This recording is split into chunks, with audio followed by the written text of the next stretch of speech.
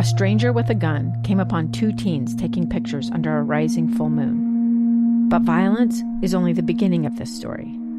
Sometimes I thought, there are no miracles. Yeah, there are, and this is a big one. I'm Amy Donaldson, and I've spent my career talking about how lives are undone by violence. The Letter is a podcast about how lives are remade. Follow The Letter at theletterpodcast.com or wherever you get your podcasts. In today's episode of Project Recovery... In my home, emotional dishonesty is having feelings but never talk about them. I could see the boys kind of isolating with particular friends. There was a lot of red flags. Make sure you listen to the end. Find us on Facebook at Project Recovery. We'll have that and much more coming up.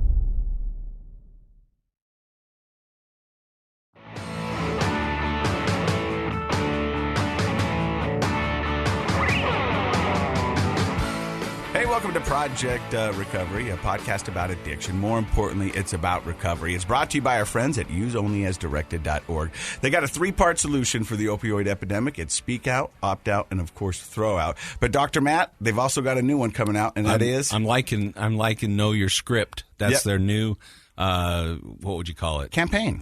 There you go. It's their new campaign. And it has a double meaning. It does, yeah. And the first meaning is? Well, know your prescription, the script, know what pills you're taking, be an advocate for your own health care. And the second part? Is have a script when you go in and talk to your doctor. Or your kids. Or your kids or your family. Talk about how to dispose of the medications properly when you don't need them anymore. Talk about what's a safe way to use the medications you're being prescribed. Ask your doctor questions. Ask if there are alternatives to opioids, all those things. And, that's what this podcast is all about, is an education. Because I think in recovery, that's really the most important thing, is that we all get an education. Sometimes we think just the addict needs education, needs to figure out what they're going through, but it's a family disease. Yeah, it affects everybody, and if everybody isn't on board and understanding what's going on, we're going to have problems. All right, Dr. Matt, so I've got to talk to you about something, and this has happened to me this weekend, and it's been rattling around in my brain for a little while, and this comes on the heels of me having my first trials with alcohol since my recovery, and that being a 15-minute conversation with myself in front of the medicine cabinet whether or not I should take NyQuil to get a better night's sleep. Right. Now, we all know that I didn't. I decided it wasn't worth it not to even let it into my life. Could you record that next time, like get a video of that, maybe pull the phone at that 15-minute self-conversation? I think we could use it on our social. You know what? Throughout my whole recovery, even in my addiction, I had a lot of conversations with myself. I used to tell you all the time when I was trying to stop drinking, I would look in the mirror and the mirror would talk back and I go, hey, we're not going to drink today. And the mirror would be like, yeah, we're not going to drink today. And I was like, so we're both on the same plan. And they're like, yes. And then 2 hours later, I'm on the back deck with a beer in my hand. I'm like, one of us is a liar. We both agreed to it. And here I am drinking. I can't trust that mirror. You know, and so...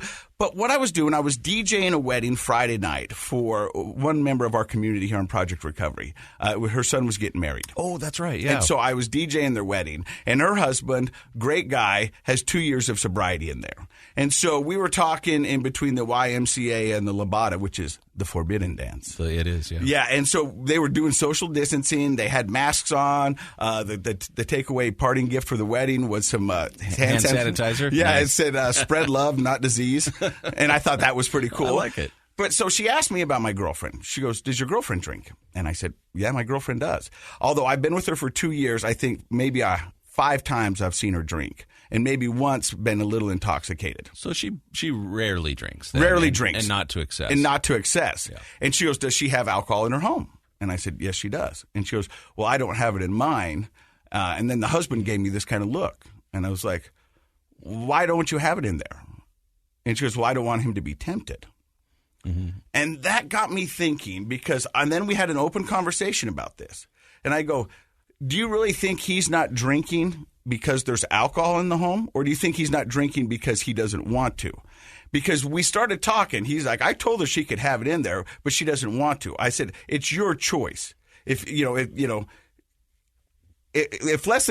want to have alcohol in the house, Leslie wouldn't have it in there.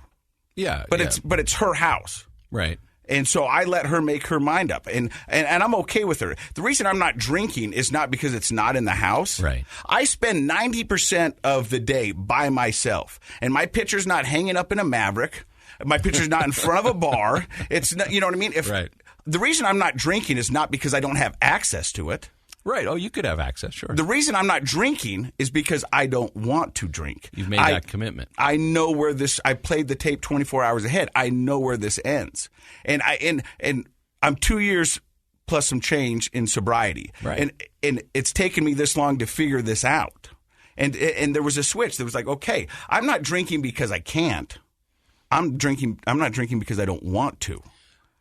Does that make sense? Yeah, I think that, when we talk about those stages of behavior change, you're in the commitment and maintenance phases, right? Yeah. I mean, you've gotten to a point where you've had 2 years, and time is only so as far as helpful. I mean, a lot of people go many years and then have relapses, but the more important thing is the personal feeling of commitment. But let me ask you this. Yeah. Don't you think, though, that for some people, having that alcohol in the house might be a dangerous temptation if they're not quite to that level of behavior change yet? I'm glad you asked that, because that brings me to my point. My recovery is my recovery. There you go. And what I'm doing works for me. And when I look at them and their situation, that works for them. And if it makes her happy and he's okay with it, great. Because it is a family disease, and frankly, her feelings need to be considered as well.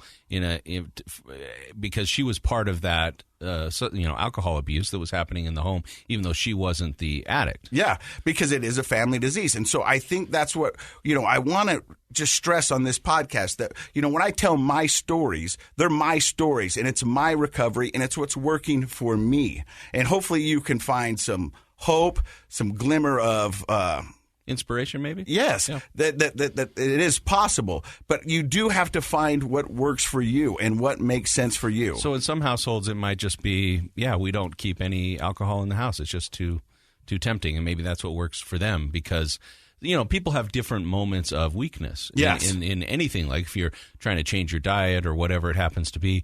And often it's kind of when you're late at night and you're tired. That's a weak time for human beings in our resolve when we're trying to make behavior change. So maybe if you're out and about during the day, it's easy to resist stopping into a bar or going to the Maverick and getting your Bud Light or whatever it is. But maybe late at night when you're tired and so maybe it's better for some people not to have it in the house. When all of a sudden 2020 smacks you in the face like so many it has already. Right? Because it has. I mean, right now, 2020 has been a perfect storm for addiction. So many bad things have happened. Isolation, depression, stress, financial problems, all those things that highly load on the addiction potential scale. And so much the fact that, in your own private practice, you've seen an increase. Sure. And, we've had a lot of people reach out. We did last week's episode on finding a therapist and finding a good therapist, the one that's going to work for you. Uh-huh. But that's easier said than done. It is. It's a process. Yeah. And people, like we encourage people to do, please do it, and realize that the video chat therapy sessions, research is showing that they're effective. So don't make that your excuse not to do it. But sometimes it can be tough, and you may need to reach out and get a referral. All right. Well, I'm excited for our guests today. They are the owners of the Rennaisance Ranch. We've got Christy and Rick Dixon. How are you guys? We're doing great. Doing great. Thanks so much, Casey. No, thank you guys very much. And as we were walking in, Christy, you were telling me that you guys are just overwhelmed right now with trying to help the community out. Yeah, truly. We're so excited because we've got 5 weekly family classes. Starting next week, we're adding our 5th women's only family education class. So it's exciting. And yeah, we are. We've never had this many family members ever in the history of our company. I think last month I totaled in our family attendance 399. Why do you think it's people. up? Oh, I'm sure with the COVID and everything, people are isolated. I think that we need that connection. As human beings, we all need that so badly. But especially with addiction. Let's find out a little more about your story, because as I understand it, you and your husband are not addicts. That's correct. Well, of a substance, that's for sure. Yeah. Codependency, I feel like, is a internal addiction that's unseen, and I think I've been told by a lot of therapists that sometimes it's harder to cure codependency than it is, a chemical addiction. Well, let's find out from the beginning. Where did you guys grow up? A little bit about yourself, and then we'll get to the story. Cool. Okay, who wants to go first? Why don't you go ahead, huh? Okay. So let me start. Okay, so I met Christy at BYU, and just excited to get to know her. She was a cheerleader at BYU, and Matt played football for BYU. There we go. Well, there we played go. is an overstatement. He but wore a yeah. BYU jersey. He was on the team. There we go. So it was fun because it was the year that Steve Young was there playing, and so great memories. And we had our life planned. We were married. We're LDS, so we was married, sealed in the temple, and started having kids, and just knew that our life was going to be great. We found very quickly that our dreams are not always our kids' dreams. And we end up having 5 kids. Our 2 older boys at age 19 and 21 became addicted. And we knew something was going on prior, but we didn't know exactly what it was. Finally, it got so bad and it came out that they were both addicted to heroin. And that's when some real struggles started happening with our relationship with them, the relationship that Christy and I had. We always had a great marriage, but this took it absolutely to the brink. Let's pass the mic over to Christy real quick, because I had the pleasure of going to lunch with you guys a couple weeks ago, and you said something that was interesting to me, is that, for the longest time in your marriage, you guys were on the same side, but when the addiction reared its ugly head with both of your sons, it really caused some turmoil between you two. Oh, for sure. It's really, truly been the hardest thing I think I've ever, up to this point in my life that I've had to go through. Yeah, for sure. Why? What was it causing the rift between you two? Well, I think men and women handle their responses to addiction a little bit differently. I was definitely more the helicopter mom, the enabler, and very, very in the trenches with the boys. He was working, providing for the family. He was more of the tough love, pretty rigid. And he was trying to motivate them with using a lot of shaming, which we've learned that shame is kind of that core center that drives that cycle of addiction. And for me, I was blown away. Like I had no experience with addiction. I didn't know what to do. I remember having a feeling one day to reach out to this couple in our church that were missionaries in the addiction recovery program, that they had. And I was told to go. The only advice that we've ever been given was go to a meeting and you guys will get together on the same page, So I remember having thoughts actually before that time that my marriage probably may not work if my husband wasn't willing to do everything possible to help my sons, because my heart was just so broken. I was just devastated. And I remember my mind just being obsessing constantly of how to fix the unfixable. I didn't know at the time that it was a disease. I thought at the time that it was just a matter of choice and that they could just stop. And I thought it was my job as a mom. I really did. I was just racking my brains. It was like mental fever, just trying to think how to fix them. I remember calling around trying to get all this information. And so we decided to start going to this 12-step meeting. And in that very first meeting, the Spirit was so powerful. I didn't expect that. I didn't. I saw people actually smiling and happy, and I was blown away because I had been given some false information. I was told, number one, they could die, which was so crazy. It's a life-threatening, as we know now, it's a life-threatening disease. But they could die, or they could end up in jail, the rest of their life. Or they could, I can't remember what the third one was. But anyway, it was, devastating for me. So as we go to this meeting and people are smiling and happy, I started to feel a sense of hope. I think that listening to the stories from the other addicts in the room, it really softened my heart. I was kind of in a place of judgment, and a lot of frustration, and fear was my biggest thing for sure. Super, super fearful.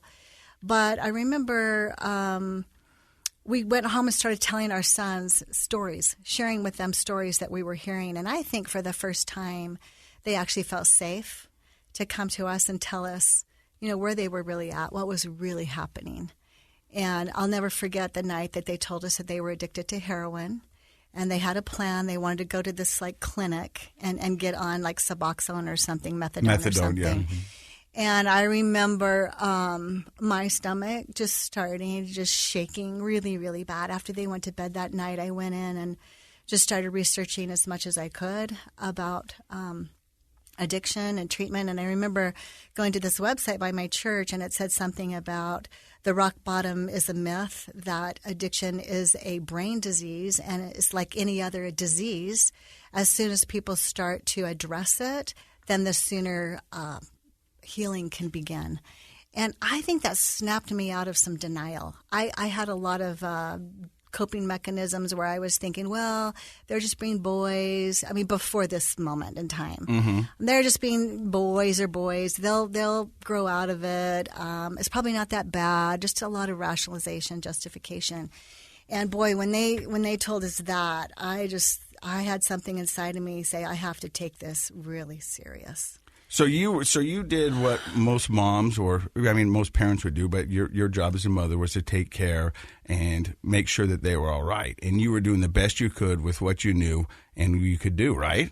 Right. And we had 5 kids, and they were our first, our oldest 2, and they were best friends, and they were using together. So it was tricky. It was, like I said, it was scary. I really feel like I fell into this cycle of just constant obsessing, couldn't sleep at night. If I woke up, I couldn't go back to sleep. Just so much fear, horribilizing what's going to happen.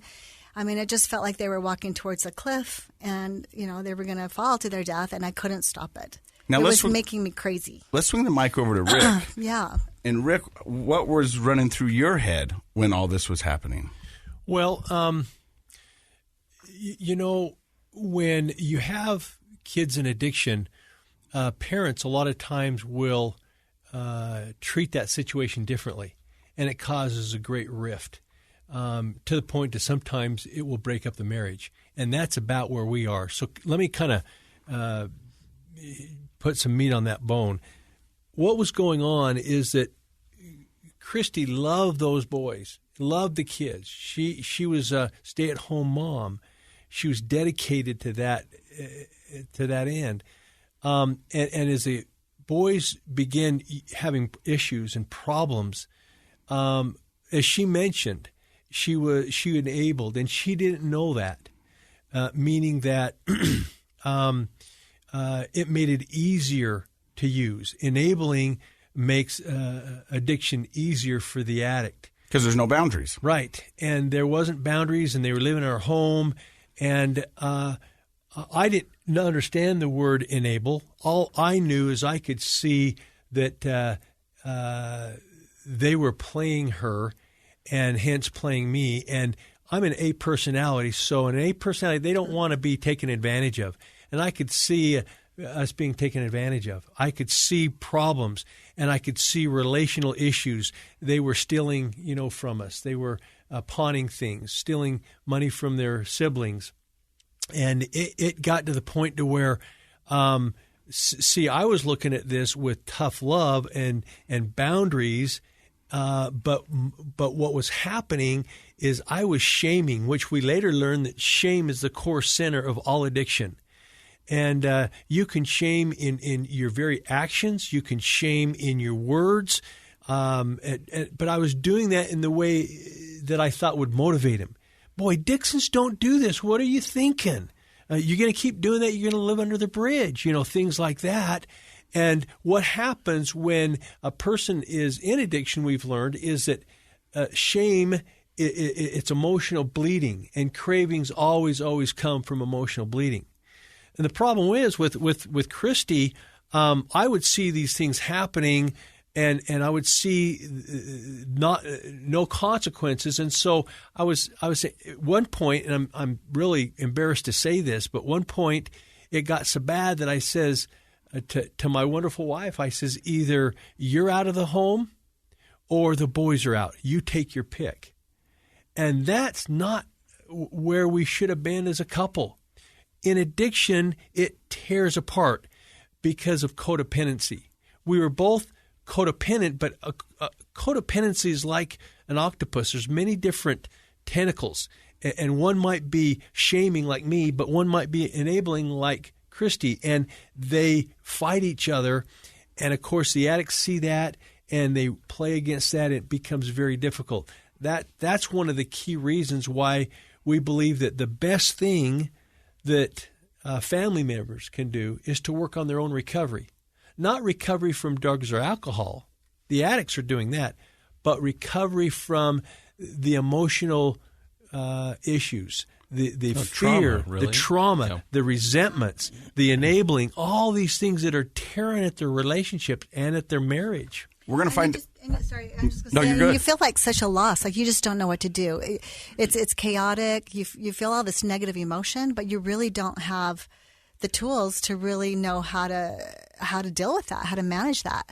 You're listening to Project Recovery. We're talking to Christine and Rick Dixon, and we're going to find out more about what they're doing when they found out their two oldest sons were addicted to heroin. A gun in the face. Then all of a sudden, they all kind of lined up. They pointed their guns at me.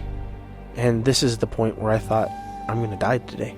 Started 2 years of horror for an American in Venezuela. They said, you need to give us your phone and get ready because you're coming with us.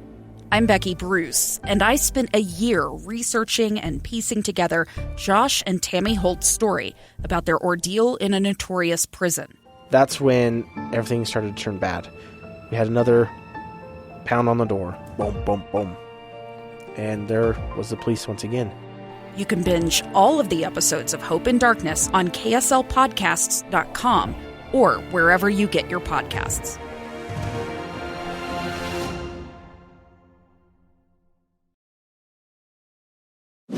So we're back with Christy and Rick Dixon, and we're talking about. I want to jump in. Can we Yes, jump in? 'Cause yes. they've been doing a great job telling us, and I appreciate their description of the marriage. One of the terms used for what you were describing is called splitting, where the children or the child who's an addict will split the two parents in their styles when they're different, and then often, at least initially, the parents become more extreme in their styles. One parent becomes more rigid and one parent becomes more lenient, and so over time that splitting actually creates a bigger distance between the parents. But I think I'm curious, and I think the listeners are curious, like how did this begin for your boys? Like we're talking about two boys, 19 and 20, from a conservative religious LDS household. So we know that addiction is not a respecter of any persons, but I think there's some curiosity. How did we get to heroin? Because it often starts with something else. Heroin isn't usually the gateway drug. How did we get to heroin with the boys? The boys started with a little marijuana, a little drinking, things Probably like that. through their high school years. Yeah, some pills, and it progressed. But what's interesting is that what we learned as we went to family classes and therapy is very interesting, and it's this, is that emotional dishonest families is fertile ground for addiction to really take effect. That's very, very true. Yeah. And what I could not, I didn't buy it was my problem. At first, I thought, these kids are the boys are the ones that are using. They need to get a handle on this, not me. But what I found, yes, an addict as family and parents, we can't control it. We didn't cause it. But what I learned is we can definitely contribute to it. Tell the listeners what emotional dishonesty is, and maybe can you give an example from your family? Yeah. So do you want to share something on that? Yeah, I do. I think so Rick was, he was trying to motivate them, but he was pretty tough love, rigid. Right. And I could see the boys, I knew for years that they were not happy. I could tell, as a mom, I could tell. I mean, they'd go to church, their heads were down, they're burying their heads in their hands, and they stopped coming. They, they're just... Did they withdraw from school and those sorts of activities? They somewhat. Yes, they did. Yeah. And they were both great athletes. I mean, incredible athletes. Yeah, a lot of withdrawing, kind of isolating with particular friends. So, yes, there was a lot of red flags, big time. And like I said, I think I was in denial for a long time. And so the emotional dishonesty, was that... The way I understand that is that is often a style that a family has. Irregardless, many families have an emotionally dishonest style, and there isn't addiction in the household. It's just it's a style of maladaptive communication. Is that the way? Is that what you're talking about? Well, and for me, it was like survival, because he was so tough love, and as a codependent, I'm watching my sons, struggle, and I'm seeing that relationship falling apart. So I'm trying to keep the peace.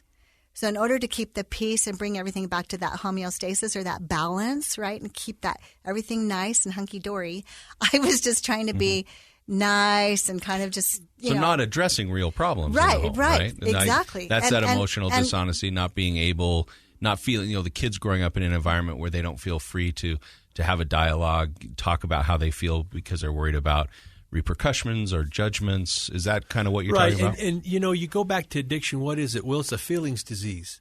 The reason why, as addicts, we want to use is to numb out our feelings through the drug of choice we choose. And in my home, when I grew up, it wasn't okay to feel.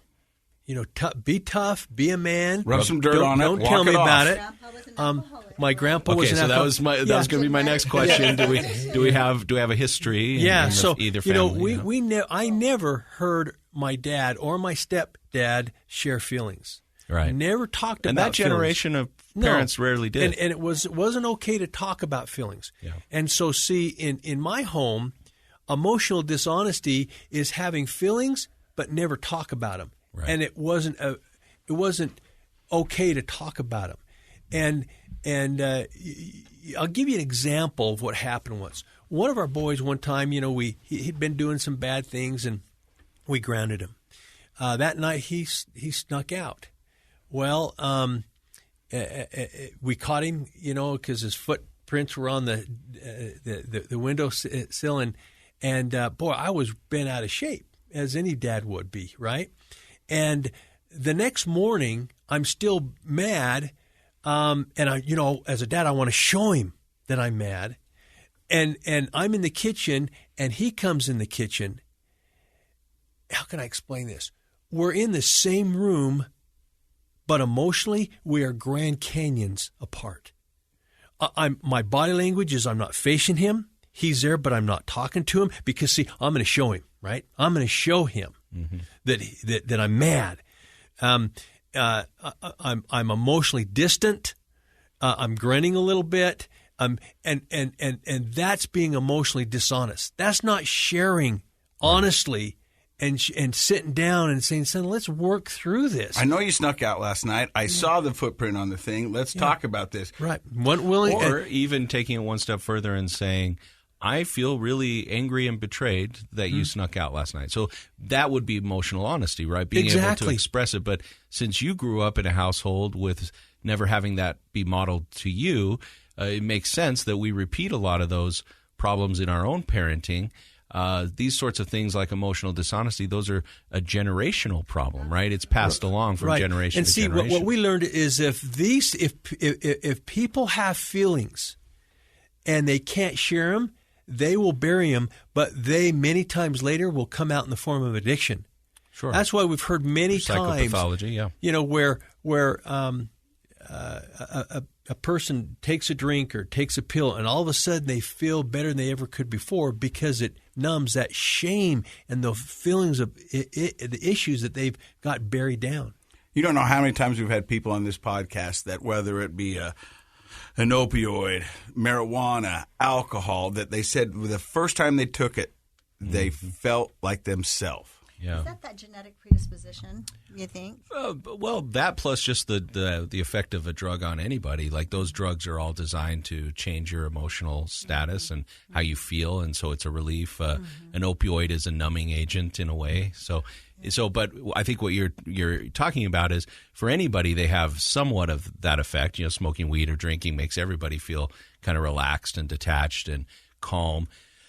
But the difference is if you've got all that stuff built up inside that you've been holding back every day and you have all that what we call psychic tension about it, holding that shame in, and you let that out, oh boy, that's a real treat to be able to be free from that for a few minutes. And so that if you have a biological or genetic predisposition, and that might hook you more strongly and more quickly than somebody who doesn't. What comes to mind as well is that when you have addicts in your life, and say you're parents, what happens is it's so traumatic to the family members that it's hard for anybody to understand it. So we felt totally alone. how can anybody understand what we're going through? I'll never forget the one time, one of our sons was in jail 13 times. And I'll never forget one time we're walking in to visit him. They come in, they've got him because of the fence. They got him behind the glass. He comes in and he's got chains on his wrist, his feet coming up to his wrist and around his waist. And he's in this orange jumpsuit. And he should be 185, 190 pounds. He's a football player, but this is a couple years or a year after high school, and he's maybe 130 pounds. Oh, wow. How can you explain how we felt and what we saw, the shame, the fear of, is he going to ever get out of this?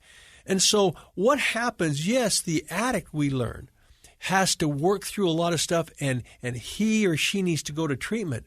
But what we found is that the family member is just as affected, sometimes even more, and they need treatment, if you will, as well. Not treatment from chemical drugs, but they need to be able to know how to deal with emotional dishonesty, know how to deal with fear. I remember going to bed one night after getting up, going to the bathroom, and Christy had not slept.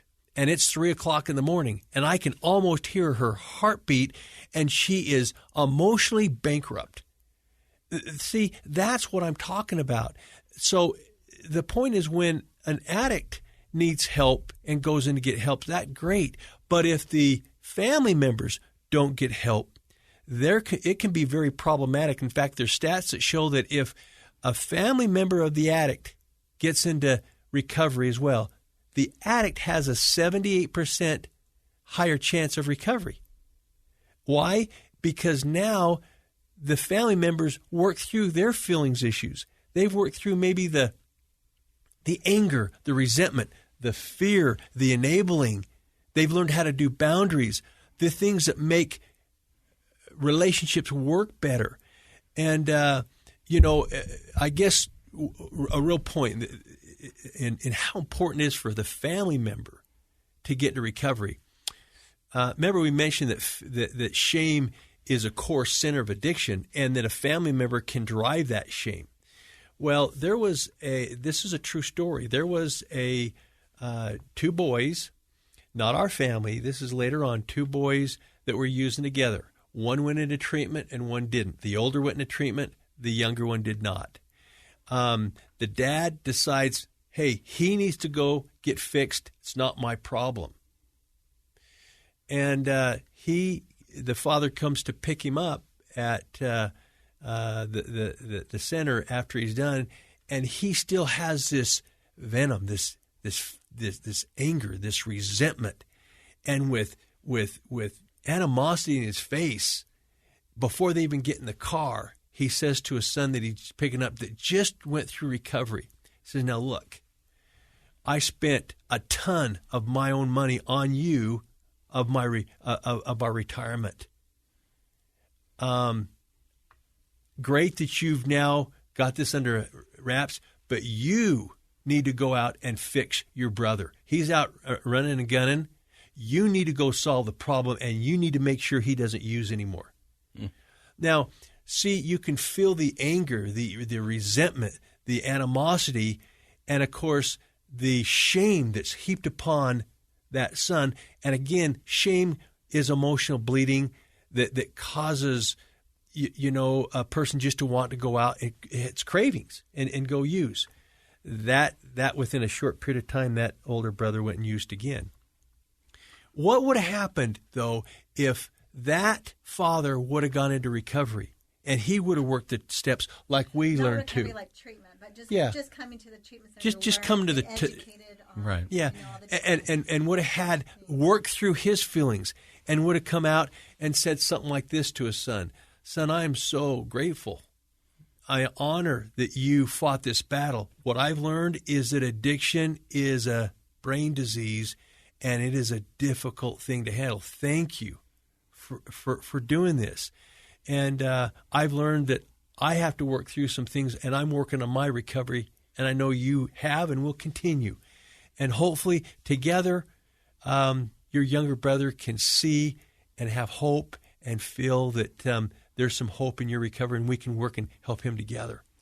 See the difference? Yeah, it's amazing. I want to get back to the story just a little bit here. The last time you guys were talking about your story a little bit is that you said either the boys leave or you leave, you decide. And it seems like nobody left. Right.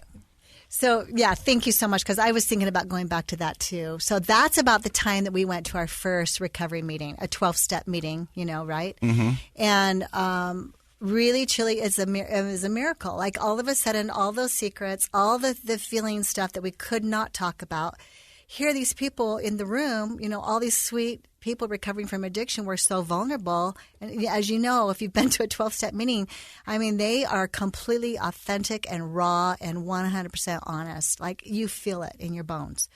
So it started to give us some hope. And I really feel like that's when our family started to enter the recovery phase, because now we're going home and we're sharing with our boys. I never thought they would come with us to a meeting, but I think they're starting to feel safe, right? And they actually came with us to the 12-step meetings. They started coming. At first, they were sleeping through the whole meeting because they were still struggling, with their addiction. Oh, I've slept through a couple. Yeah, for sure. Absolutely. That's why they serve coffee. Yeah. But it was so beautiful because now, like Rick, I'm so glad he brought up the disease aspect, because we didn't understand the disease. So I feel like that was the most important piece of information for us to learn, was that this is a brain disease. And at that point, was it the first time your sons had been to any sort of recovery?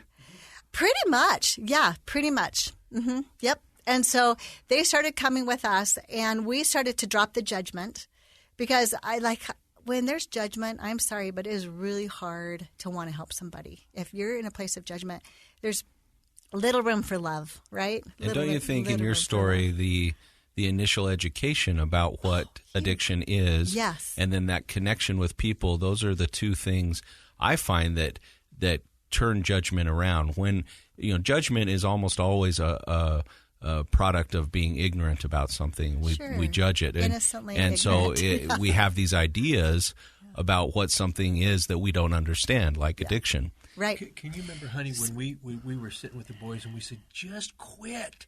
Yeah. Just stop. Can't you see Absolutely. what this is doing? Yeah. We didn't understand the brain disease. I had that so much in my marriage. My wife would tell me all the time, "Why can't you just stop?" Right. Just stop. Right. It's that easy. And I would go, "Sure, stop for me." Yeah. And I go, "I tried. Stop for the kids. I tried." I mean, I tried to stop for everybody. It wasn't until I stopped for me that it took hold. You can't stop for somebody else. That's not how this works, in my experience anyways. I mean, you've got to want to stop for yourself. We're going to get back to that in just a second. You're listening to Project Recovery right here. Don't forget, it's a KSL podcast.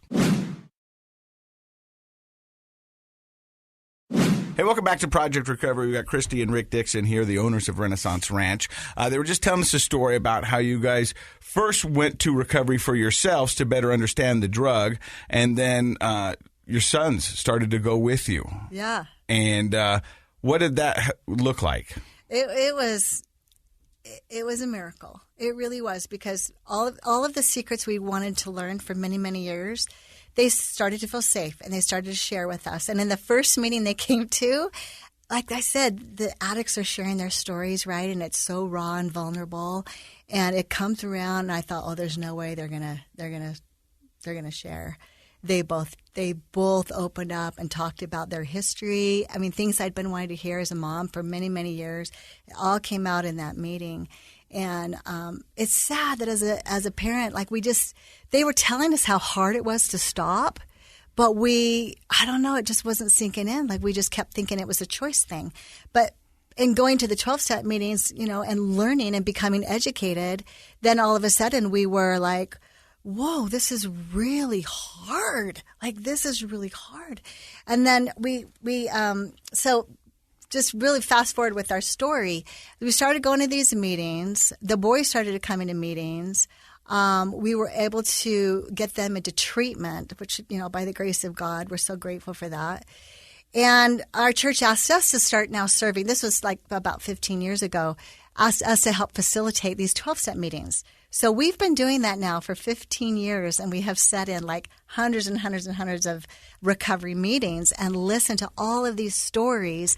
And then you start to feel all of these patterns of things that are working, and we're like, holy cow, we know now that it is a family illness, that the family members, that they have got to become educated, because if we wouldn't have, we just often ask ourselves, if we would have never, been willing to just go to a meeting and just kind of learn a little bit, I don't think we would have had the outcome, that we've had. So in coming to these meetings, the boys started attending. They started getting to treatment. We were so blessed to be asked to kind of help facilitate meetings. We've been in the jail and the prison. And like I said, hundreds of meetings and hearing thousands of sharing stories.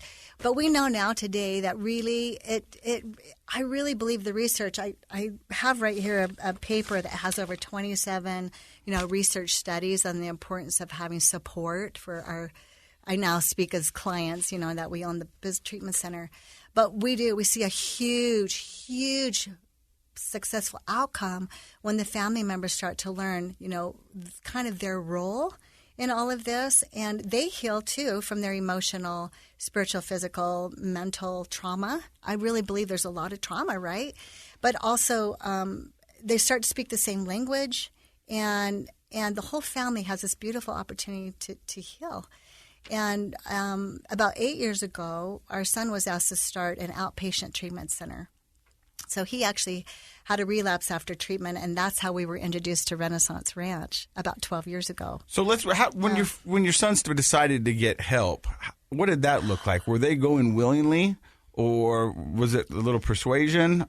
Right. Okay. So that's a really good question, because we talk about interventions, right? Yeah. And so because we were going to these meetings, we made a lot of friends.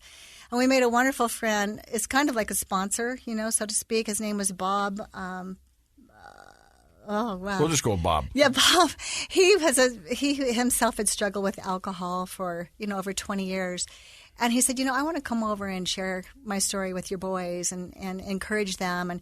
And he kind of was talking about it, doing some type of a gentle intervention. But he said, you, Mom, you have to follow my lead.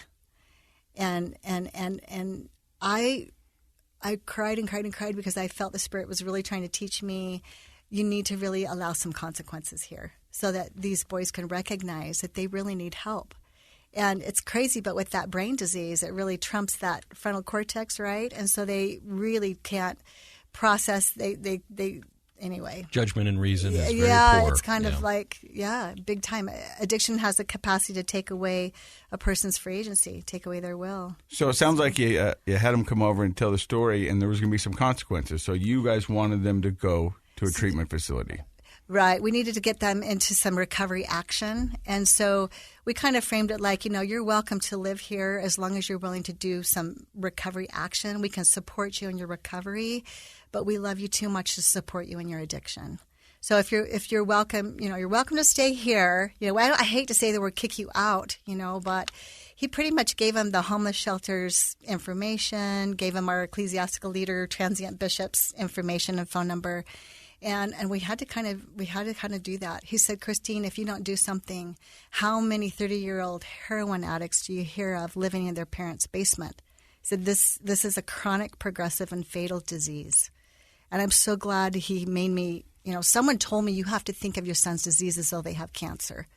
And initially when I heard that, I was in that place of judgment. And I was like, But then as I got thinking about it and I learned that this is a true brain disease, I started having this sense of urgency of like, holy cow, if they had cancer, I would totally research the best hospital, the best treatment, the best medication, the best doctor.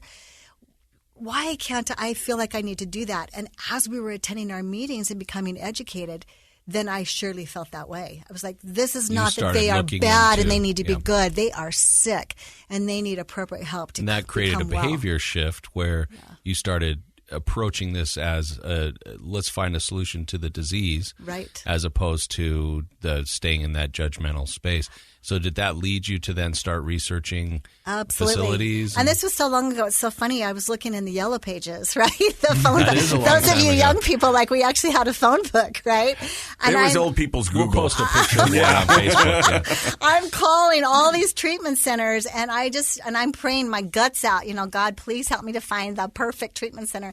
And it was cool because I started to get a sense of people who actually had experience with addiction themselves personally. And I had the strongest feeling that they needed to go somewhere where there were a lot of addicts that were staff members, and I could hear People in recovery. People in recovery, exactly, and I could hear the compassion and the empathy in their voices. And I don't know, I called so many centers that eventually I was like, oh, you have personal experience with this, don't you? Because I could feel that empathy, and they did. They went into treatment. Well, okay, so the first one, the oldest child, he had struggled longer. So, and I can say his name, Preston and Tyson, because we're going to have them on the show. They're going to be on the show. They actually are, one is the CEO today of the ranch and the other is the COO. And they really, truly, they're the ones that are running the show. They're in the trenches with the people with the addiction, and we work with the family members. But Preston was willing to go. He'd had enough. Well, do you remember both of them went at the same time? And Preston? Yeah, I had to find different treatment centers because when they're using together in their same family, they won't. Treatment centers want to separate them. So we had two different treatment centers. So the oldest one stayed. The younger one left after one day, right? And then he had a hard row. He had some hard things, really hard things. But those hard things were a blessing because that's the thing that woke him up and helped him to get into treatment. And we honor those boys, and Preston especially, because he's the one that really got our family into some serious recovery education. And we love that treatment center. They did a great job.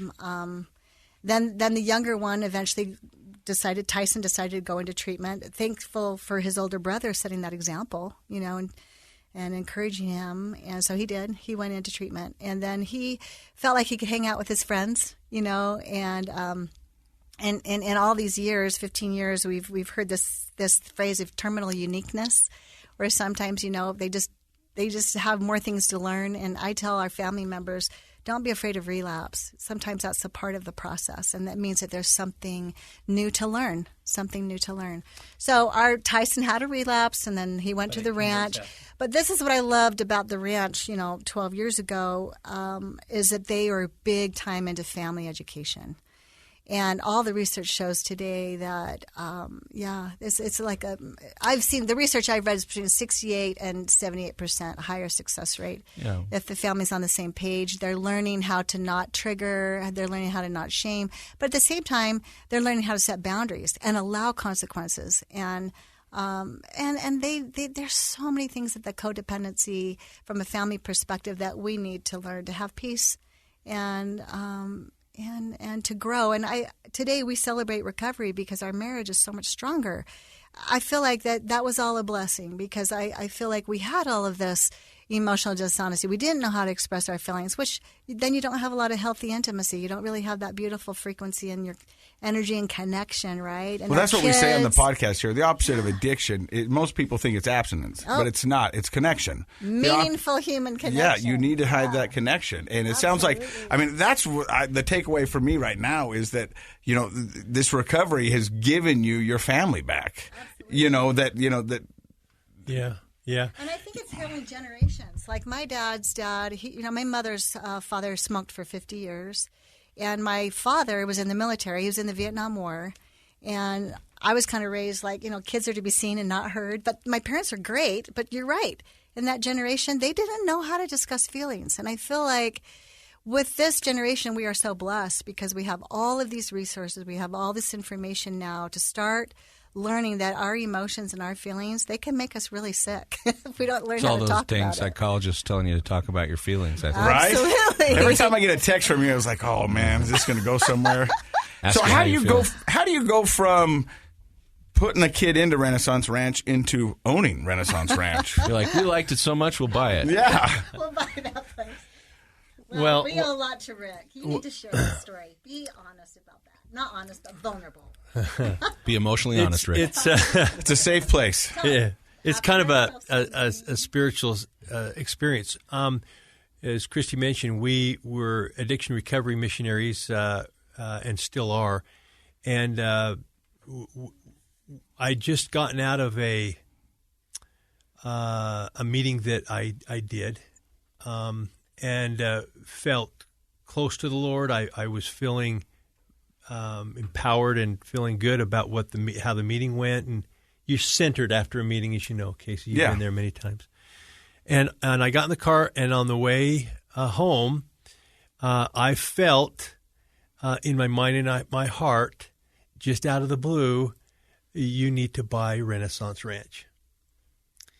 And I thought, I was not interested. I had a company at that time. We had over 60 offices nationally, doing well. We were getting ready to sell it. I had no interest in another business at all. And again, you need to purchase the Rennaisance Ranch. And that 3 times I felt that impression. And it was so strong that I said, okay, I'll just call the owner who I'd never met. But because Tyson had gone to the ranch 4 years or so earlier, 4 or 5 years, something like that earlier, I had talked to him on the phone, but we'd never met. I called him and I said, I don't know if you remember me. My son Tyson went through, but I kind of feel funny about this, but I just felt impressed to call you to see if you had an interest in selling. If not, that's fine. So I really let him get off the hook, because if he says no, I'm good. Make it easy for him to say no. Yeah. And long story short, the answer was, well, we probably, ought to talk. And what had happened is that the previous owner had expanded. The St. George location was not doing as well. It was financially really draining, and to the point that it drained the funds. And now he was starting to put his own in, and there was some real potential, problems that could be devastating for the company. Long story short, I was able to at that point come in, and we were able to purchase it through some miracles. What's really interesting is that boy who was in jail 13 times, as Christy mentioned, is now the CEO of the ranch. What we've learned, it takes an addict to heal an addict. Our other boy, Press, is the COO. Both of them have different talents and abilities. Both are recovering addicts. Both have over 10 years of recovery. Both of them understand emotional dishonesty. Both of them understand addiction, and they understand relapse. And that's what's incredible about this whole story, about the ranch, about our boys. And, I just want to take us back for just a second, because many family members who have maybe addicts or potential addicts that they're wondering about say, how could this happen? We're a good family. And I just want to validate that. Addiction does not matter. It doesn't discriminate. It doesn't. But what's really interesting is that many families family members, parents can contribute to the addiction, both, and they can also contribute to the recovery. I look back, and I've just been thinking over the last couple minutes, we had a great family. We'd go camping.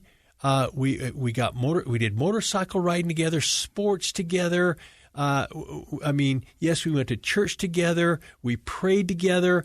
In church, you'd look at us when our family was younger, looking again and said, man, that's an all-American, good, solid Draper, Utah family.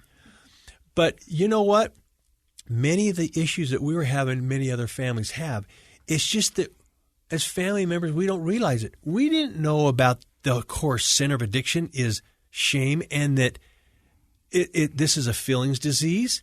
And addiction is a family feelings disease where we don't want to talk about our feelings. We don't necessarily want to discuss the feelings. We don't want to think about our feelings. And we don't want to feel our feelings. And to ever shut down a person's feelings is to shame them. And that's what I was good at doing, sad to say. I would shut the boys off or the kids and say, no, we're not going there, and I wouldn't let them discuss their feelings because, see, it wasn't okay when I was young. And addiction, there's no fault, there's no judgment, there's no blame. We don't blame, and we can't blame ourselves as parents. We can't blame the addict. It is what it is, and this is generational. This is a generational disease. But let me just say this. I am so grateful that addiction came into our family.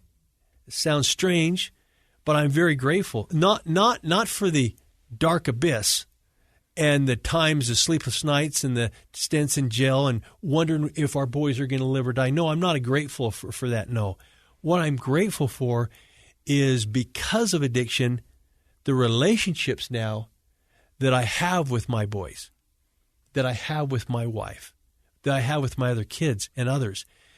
Being in recovery on my own, not from drugs or alcohol, but learning the 12 steps, learning emotional honesty, learning these things, learning how to feel and to express those feelings, and has caused from before, when I had zero relationship with the boys and almost none with my wife, now I trust and have a relationship with my boys, and they are my best friends.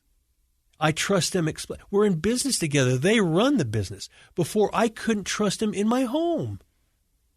Now, with my wife being so upset and thinking that she's doing this way, and saying that she needs to leave, or the boys leave, to the point, to a couple nights ago, it was 2 or 3 nights ago, she says, and we're just her and I were, I'm standing and she's sitting down at the bar. And she says, "Can you feel?" Well, in the kitchen. Yeah. I should not say the bar in the kitchen. But she says, "Can you feel the frequency of our marriage?" I says, "Yeah." And on a scale of 1 to 10, it's like a 15. I mean, it's what I find with Christian and I that we have, most couples never have. But it's because of recovery and because of our boys' addiction that is together we came as one.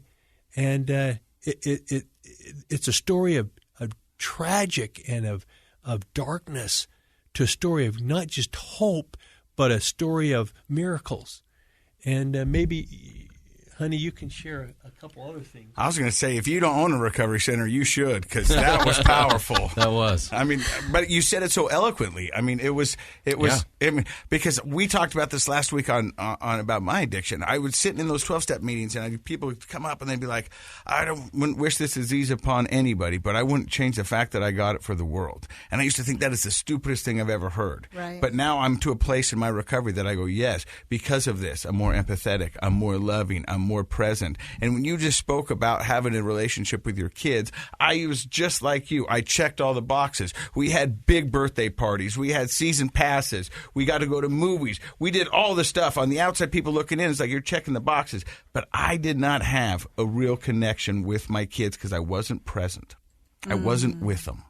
I was there, but I wasn't present. Mm-hmm. And because of the recovery now, I have these relationships with my kids, these authentic, genuine, loving relationships. And I am thankful for my recovery for giving me that. So when I talk about my recovery and all the things it's given me, that is what I'm most proud of, is that, for the first time in my life, I like who I am. I'm comfortable with who I am. And I can speak about, and I know where I'm going and I know what I want to do. I by no means am I cocky enough to say I've got this figured out, because I don't. But I do know a good direction, and I know I'm headed that way. Oh, I love that. What's really powerful, too, with our family members is they come in and we see the look on their faces. And, of course, we can identify, with that. But they're so sad. And oh yeah, and there's been some devastation. There's maybe been some divorce. A lot of them have lost loved ones to addiction. Mm-hmm. But by the end of the first meeting, just the first meeting, by them hearing maybe some stories of some other family members, they start to feel some hope. And last night we had a meeting. They're all online now, which was so nice for people to be able to just hop on. I think we had maybe 35 family members, and just a lot of hope. And we had a woman on there, which you might want to have in your podcast someday. Sure. But she's going to be starting our women's support education group. And again, these are all free. They're online. That's Utah's favorite F word. She's been through it. Yeah, exactly. Yeah. But that's probably everybody's, right? But she's been through a lot. She's had a lot of women's issues unique to her, real severe trauma. And she's going to be great. But it's so nice for me, like being at all these 12-step meetings all these these years, it's so nice to know the resources are there. It's nice to know that every one of those steps helps you connect with your higher power. You know, we term Heavenly Father and Jesus Christ, but people to find that divine connection that works for them. The founders of AA who came up with these 12 steps said that the foundation of recovery is spiritual. And that's what we've seen. We've heard so many people say, I could not find that long-term sobriety until I found my higher power, or that spiritual connection, that divine connection. And so many people, so many addicts don't necessarily have support, and they struggle. It takes them so much longer. If they do have family members who are willing to become educated and even work, we know for family members that we have to work the same 12 steps. We've got to work through our false beliefs, our prejudice, our discrimination, our anger, our fear, our despair, our hopelessness. We have to have. So I kind of call it the bullseye of healing, because you're working like one-on-one with your Savior or your God, right? And you're working through. You're writing down those answers to those steps. You're figuring out, you know, where have been my blind spots, my character defects and my weaknesses.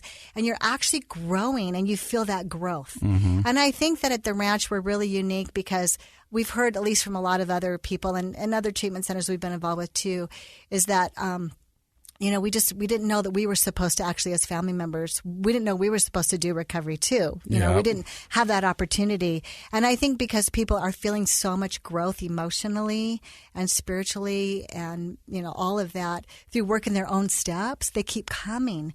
And so just that, like that energy and that growth is so powerful.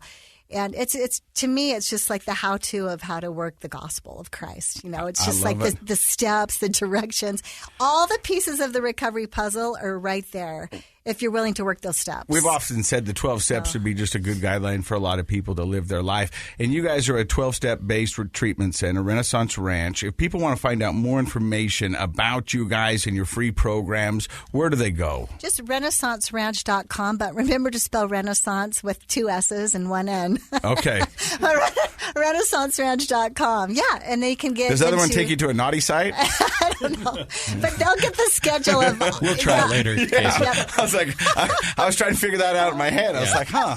RennaissanceRanch.com. It's because I couldn't find it. I couldn't spell it. You know? I'm not a very good speller. So yeah, but no, seriously, it's super cool. Because of this COVID thing, it's been a blessing. We've got, starting next week, we'll have 5 weekly classes every single week. And then Rick, real quick, tell me about your podcast. You guys do a podcast, right? Oh, yes. It's as simple as Family Addiction Recovery Podcast. We've wanted to reach out somehow for years. I've been working on a book for years, but I'm in grad school, so it'll probably take me forever to get it done. So the podcast is great. We want to blend the voices of the addicted and the family member and a clinician in every podcast and start building that bridge so that the addicted person and their family member can understand each other's perspective. They can have more compassion, empathy, and just open those doors of communication.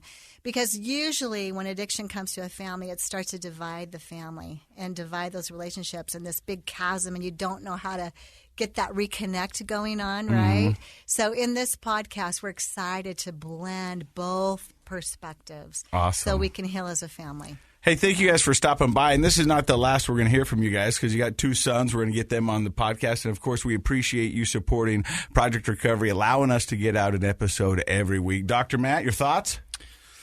Well, I think what a wonderful resource for our listeners and for the community. So I hope people will go online and see how they can benefit from your classes. And it just reminds me of the fact that probably the 2 most important things that we ever have in this life, we rarely, if ever, put any study into so we can become experts at them. You know, if you want to be an engineer or an attorney, you put a lot of study into those sorts of things, or a highly skilled radio professional like Casey. Sure. But our families, our parenting and our marriages, we just do them.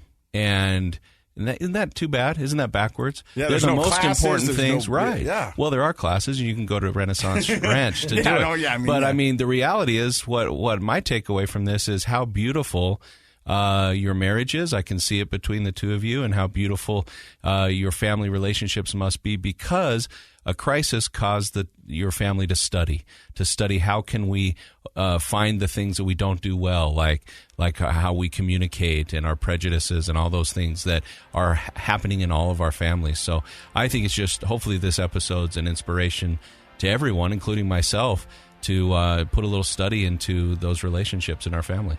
So thank you guys very much. Thank you for stopping by. You've been listening to Project Recovery, a KSL podcast.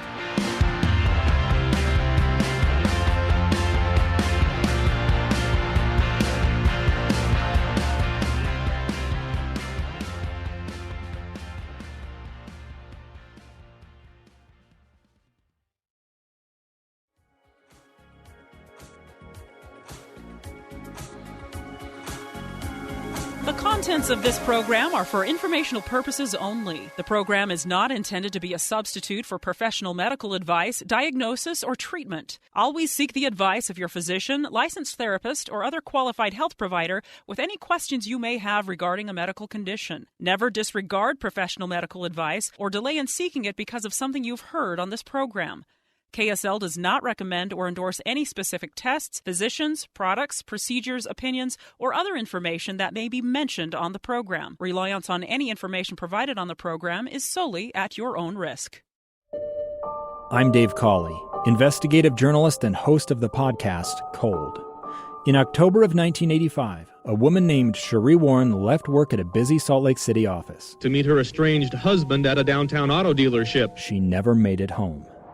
Cherie's car surfaced weeks later in Las Vegas. In the parking lot of a hotel casino. No one knows how it got there. Strange. It was strange. Both Cherie's estranged husband and her boyfriend raised suspicion for investigators. I kind of thought that he might have done something. But no arrests were ever made. In Cold Season 3, we dig into double lives, make new connections in the case, and examine the difficulty raised by reasonable doubt. We want answers just as much as anyone else. They have creeps like that now too, so nothing's changed. That's the new Cold Season 3, The Search for Cherie, now available anywhere you get your podcasts.